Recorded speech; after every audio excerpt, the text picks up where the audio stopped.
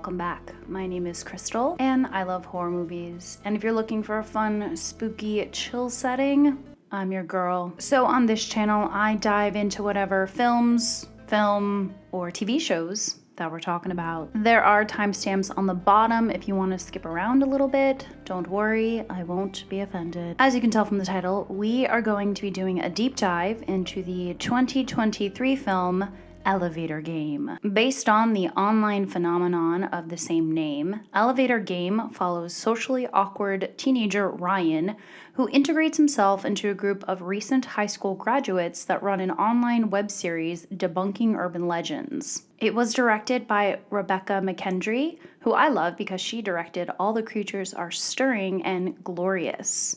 And it stars Gino, Anania, and Verity Marks. So before we get into the deep dive, let's talk about the Elevator Game. As mentioned, it is based on the viral online game of the same name, and if you follow the steps of the game, it can transport you into another dimension. The game originated in Japan and South Korea, and you play like this. To start the game, the players need to enter the elevator. They need to press the 4th floor, then go to the 2nd floor, then the 6th floor, back to the 2nd floor, press the 10th floor, press the 5th floor. Another rule of this is do not proceed if someone enters the elevator or if one of the players leave the elevator. If someone does, you have to start from the beginning. So once you get to the 5th floor, if a woman enters the elevator, do not look at her because she could decide to keep you for her own. Then you press the 1st floor, and the elevator will either ascend or descend. If the elevator reaches the 1st floor, leave and do not look back. If the elevator reaches the 10th floor, leave and do not respond to the woman if she asks, "Where are you going?" or "What's wrong?" So if you get to the 10th floor, you are in another world. Electronics do not work in this other world. And the other world is identical to our world, but the two differences you will see are all the lights will be off, and the only thing you will be able to see from the windows is a red cross in the distance. So to get back to the real world, you must go on the same elevator, press the same buttons once you leave the 10th floor, 4, 2, 6, 2, 10, 5. If anything seems off, even the smallest detail, do not exit the elevator. If you detect that something is wrong, repeat the steps until your surroundings look as they should. Once you are confident you have returned to the real world, you may safely exit the elevator. So another reason this online game gained in popularity is because people were convinced that Elisa Lam was playing the elevator game, as it could explain her erotic and unusual behavior in this clip that was released to the public by the LAPD back in 2013. Okay, so now that we got all of that out of the way, let's talk about the movie. So we are first introduced to a young girl who is recording herself playing the elevator game. And she has the instructions on how to play the game written on a piece of paper. After a few tense moments of her going to each floor, the lights begin to flicker. And as she gets to the 5th floor, she closes her eyes and a breeze hits her. But then she opens her eyes before the doors close. She then hits the number 1 and the lights flicker again, and the elevator starts going back up instead of going down to 1. And she hears this ominous humming, and someone or something is right behind her. The doors then open and we see that this someone or something whispers, "Where are you going?" And then the young girl screams and the scene cuts. Then we are introduced to our cast, and it's a young group of recent high school graduates who run the online show called Nightmare on Dare Street. And we have Chris, who is the host, Chloe, who apparently is the research nerd, Maddie, who is the true believer, and Izzy, who is the tech guru. What's interesting in this clip is that when they pan over to Maddie, he is explaining what a salt circle is. And essentially it's if you pour salt around yourself, it protects you from any demonic evil entities that might be in the same room as you. So during this scene, we get an insight into the group, and the group started their YouTube channel back when they were still in high school. And it looks like they have a manager, and his name is Kevin, who also went to high school with them as well. They also have their own like office studio space along with a sponsor. So we have to assume that they have a decent amount of followers. We are then introduced to Ryan, who is apparently a new intern. And the group is a little bit hesitant in bringing somebody new on, but I guess Ryan is like a super fan of their show. So the group is now brainstorming what they're going to do for their next episode, and Ryan suggests that they do the elevator game. And we find out about the fifth floor woman. And if you don't play the elevator game right,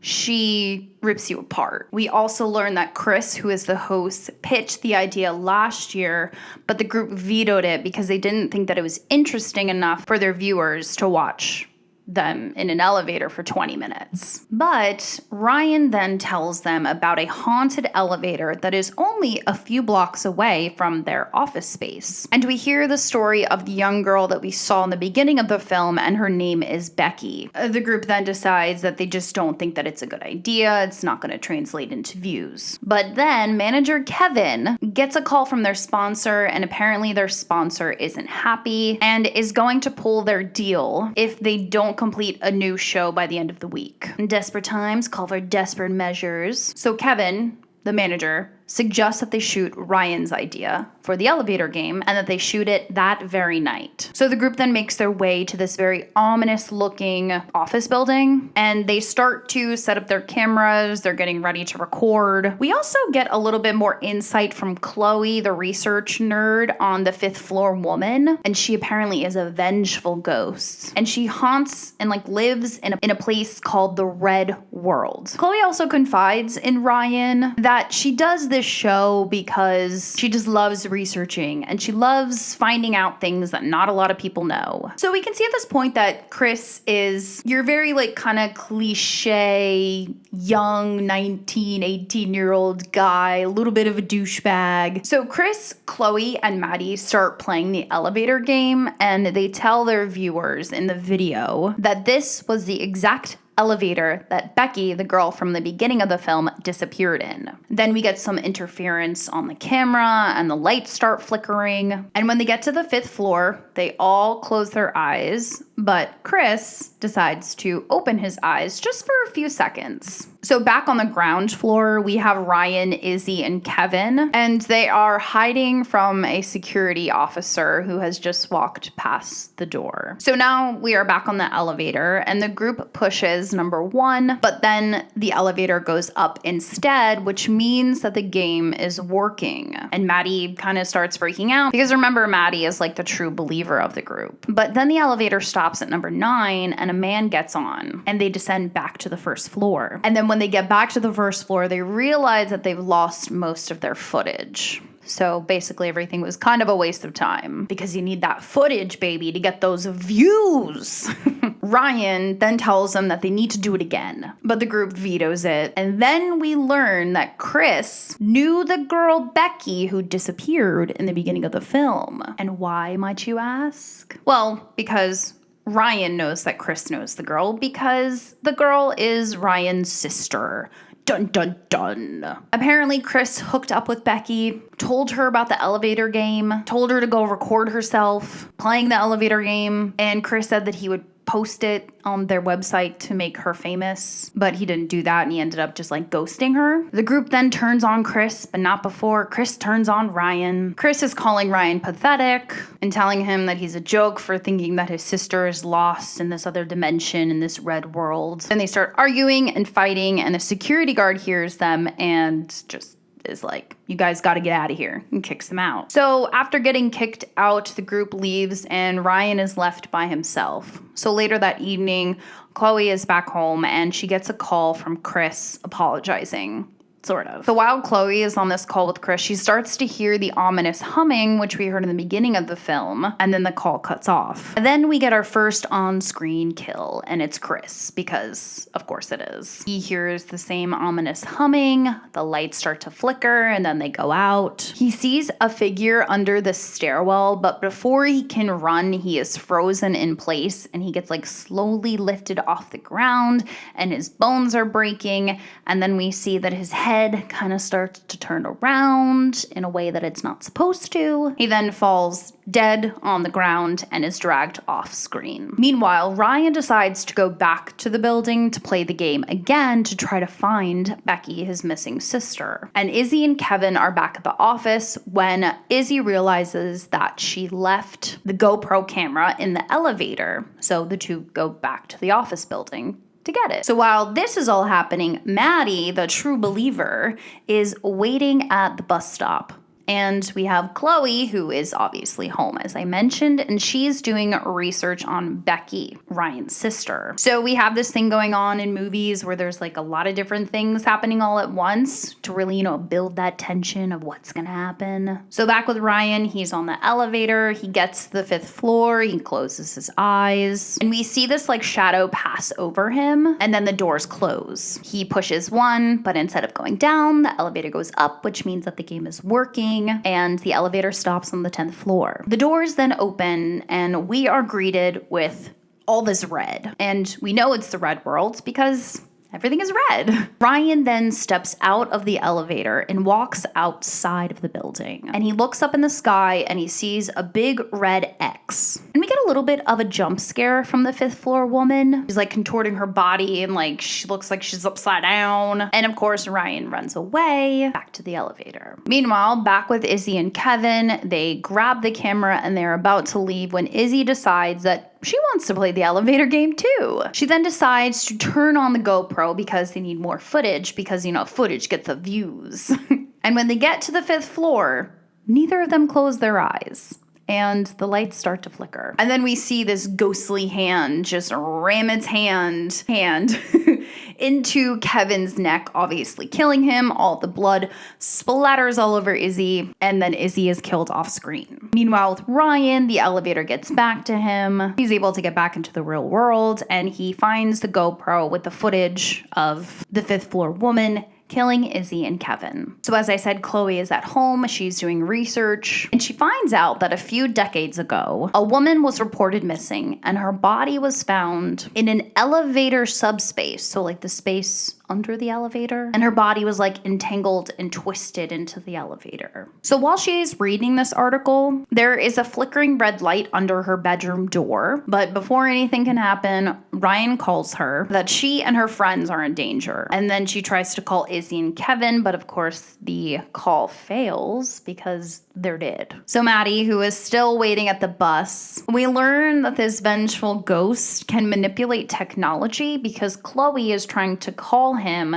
but the phone glitches. Then Maddie hears something above him, and it's the 5th floor woman. So he runs away, he calls Chloe, and tells her to meet him at their office. Maddie is now running around town, and he goes into a restaurant, and he starts stealing their salt and candles to make a salt circle. This scene was actually interestingly funny, because this whole time Maddie is stealing the salt. He's like having a conversation with himself about how they open this portal, and how they let the 5th floor woman out, and how they need to like figure out how to close the door. Chloe and Ryan then have this like heart-to-heart conversation when they both get back to their office, and Ryan is explaining to Chloe that the game is real and how he went back to the building to play the game, and then he shows Chloe the GoPro footage. Chloe then tells Ryan that they really need to call the police. Ryan says, "No, you need to help me find my sister." So the two then go back inside of the office space and they see that Maddie has made a salt circle. And Maddie explains that when the guy got onto the elevator earlier in the movie, they all like looked back and essentially they're all cursed now. Chloe then tries again to get them to call the police, and then Maddie says, "You can't call the cops on a ghost."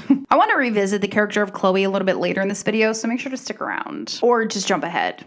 Either way, Anyways, Chloe then tells Ryan and Maddie that while she was doing her research, she found the identity of the fifth floor woman. And her name is Allie McCormick. And she was part of a sorority pledge weekend, prank, and was left in the elevator crawl space because the sorority sisters forgot that she was in there. Then they got drunk. And on Monday, when the office building opened again, the elevator crushed Allie's spine, and then she got tangled in the elevator and was ripped apart. Chloe then adds in that she doesn't believe in ghost stories and people are just afraid of death. The group is arguing back and forth about whether or not they think it's real or not, but then Maddie starts humming the song that we heard throughout the whole movie. Then they all realize that they've heard this song, and apparently it's a nursery rhyme called The Elevator Game.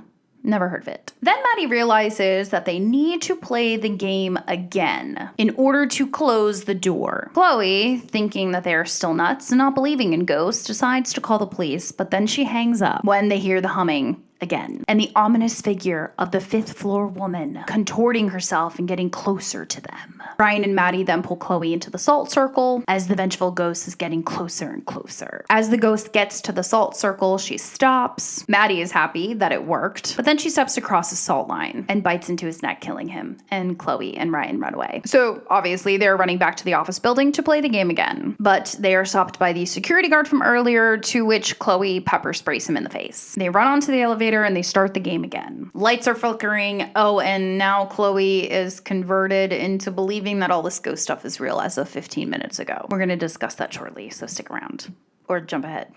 Anyway, the two are now back on the fifth floor. Ryan reminds Chloe not to open her eyes, not to speak to the ghost. The door opens. The lights are flickering. The doors close. They open their eyes. Chloe pushes one. The elevator goes up, which means that they're playing it right. They are up to the 10th floor. The doors open and the red world is revealed to them. Then Ryan thinks that he sees his sister and they're both walking out into the red world again. Chloe is able to drag Ryan back onto the elevator to get to safety. They're back on the elevator, trying to go back down to 1, but then the elevator stops on the 5th floor again because the 5th floor woman doesn't want to let them go. They close their eyes again. The door closes. They go back down. But then Chloe opens her eyes. And then we just see like a big thing of blood just splatter out from her head. Ryan's obviously freaking out, but then he hears the voice of his sister. He turns around. It's not his sister. It's the 5th floor woman. The elevator doors then open again. Ryan realizes that he is on the 10th floor in the red world again. And then we hear the ghost whisper, Ryan, and the scene cuts. So once the scene cuts, we get an influencer stepping onto the elevator who is live streaming. And she's telling her viewers that she found the elevator where Chloe Young and her friends disappeared a few years ago and how the police never found their bodies. And now she's gonna play the game. She hits the number 4, but then we get a quick shot of the 5th floor woman's hand and the influencer screams and the movie ends. Okay. So let's unpack this film, shall we? I've said it before and I'll say it again. I am such a fan of horror movies taking on modern themes, such as influencers and streaming platforms. The majority of us are watching YouTube, TikToks as some form of entertainment. And it's really fun to see how filmmakers kind of put a spin on it. So a fun fact about me is I love watching exploring videos and videos where groups of people go to these haunted places and they try to contact ghosts and spirits. I myself would probably never do anything like that, but I really enjoy watching those videos from the comfort and the safety of my own home. So we have our group of friends.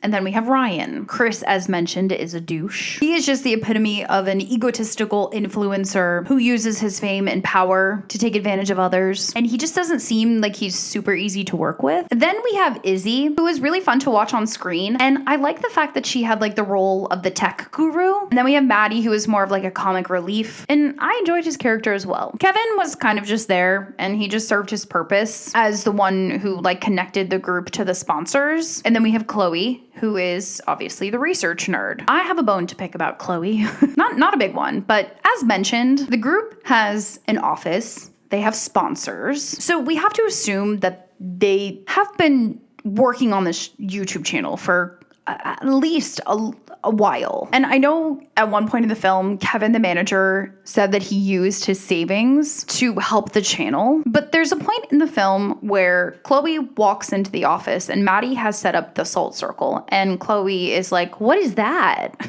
It's one thing to not believe the things that you are saying on camera, but it's a whole nother thing to preface his character as a research nerd, and she doesn't even know what a salt circle is. But regardless of that, I liked her character. So moving on to Ryan, I kind of feel the same way about Ryan as I do about Kevin. He was there to serve the purpose of connecting the game and the location of the elevator to the group of friends. I honestly think that the filmmakers just did what they could on a smaller budget. The office building where the elevator was located was like super spooky and cool. I really liked their office too, like where they would have all their meetings. But there were parts of the film that kind of took itself too seriously, especially the dynamic between Ryan and Chloe. I know that they needed something to connect Ryan to the group, but I think it might have been maybe a little bit easier and more on par with the funny elements of the film if Ryan really was just like a super fan and he was just their intern and like wasn't using them to get to his dead sister. But I get it. The script was a little lackluster, nothing to write home about. The acting,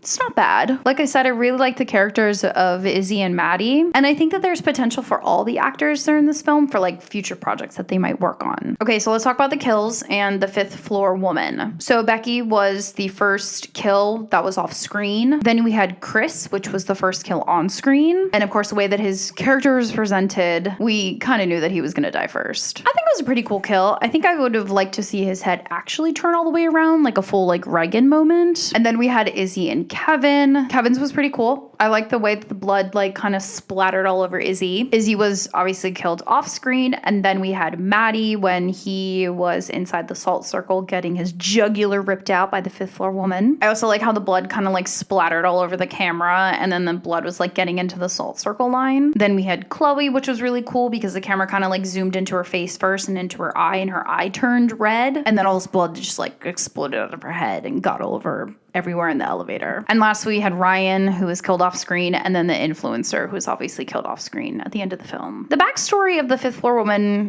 it was all right. And is it just me getting older, or was the ghost like a little bit too modern? I mean, the outfit, the nose ring, I don't know. Maybe I'm just used to hearing about and seeing ghosts from like decades ago. I'm not mad at it. It kind of just like took me out of the story a little bit because the first zoom in that we get of the fifth floor woman, she has a nose ring in. And I really did like the fact that they use obviously a contortion actor that was used to like pull off some of the creepier scenes. Because I will say that when Ryan first enters the red world and we get our first look at her, it spooked me. I also kind of like that the fact that the group that we were introduced to, they're all killed.